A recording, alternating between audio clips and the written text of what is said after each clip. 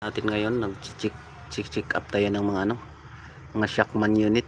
So chine-check natin yung kung ano yung kulang para kung yung buyer bibilhin niya, so okay na yung unit, goods to go na. So ito yung unit na yun, ito guys, yung chinik namin yung niya, kasi pag kambyada uga yung takbo niya. So check namin yung ilalim, yung lining niya may diferensya. Kahit bago siya, hindi siya lumapat sa flywheel, kaya pag kinambyada mo ng permira low, hindi siya smooth tumakbo, uga siya guys. So ayan. Welcome guys, subscribe guys, Mechanic Mark yung chip ko dito. So hapon na,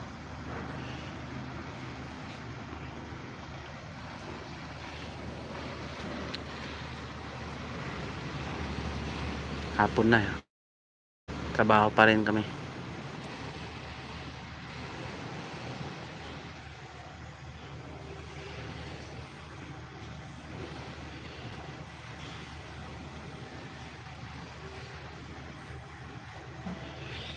So brand new to guys na shockman, mga dump truck 10 wheelers.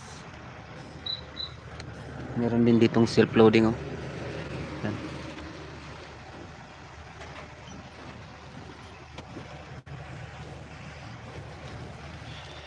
Bababa tayo guys, tingnan natin yung check nila.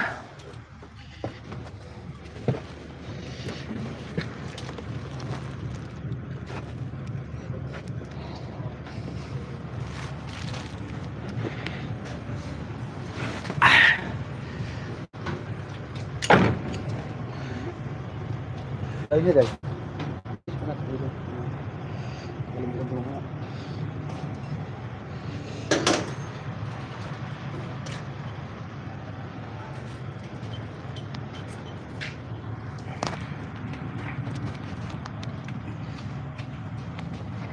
So yan, nag-check up pa si Master.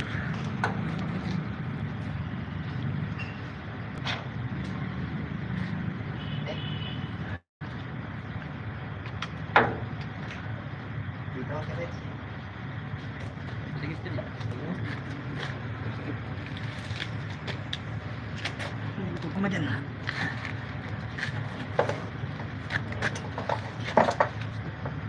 Dapat nilinisan ito. Dito, ang dami dito sa ilalim. Kalikot. Nilinisan yan? Ha? Nilinisan yan? Saan? Ito. Tinanggal mo. Kalikot ng flywheel? Hindi namin nilinisan. So subscribe nyo guys, Mechanic Mark. Si Chief Mechanic Mark yan. Check ng transmission.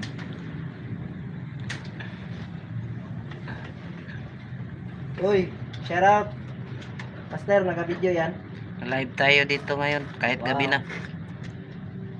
Welcome sa ating live mga Shout katos. out mga goy, shout out mga master. Shout out Master Mechanic Junald.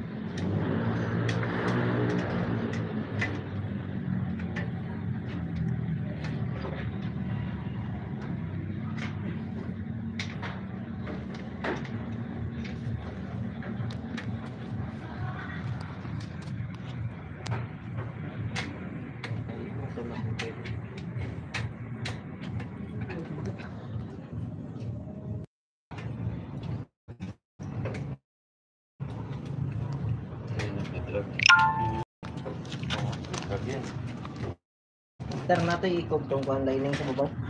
Asa? Ha, sipit ikog.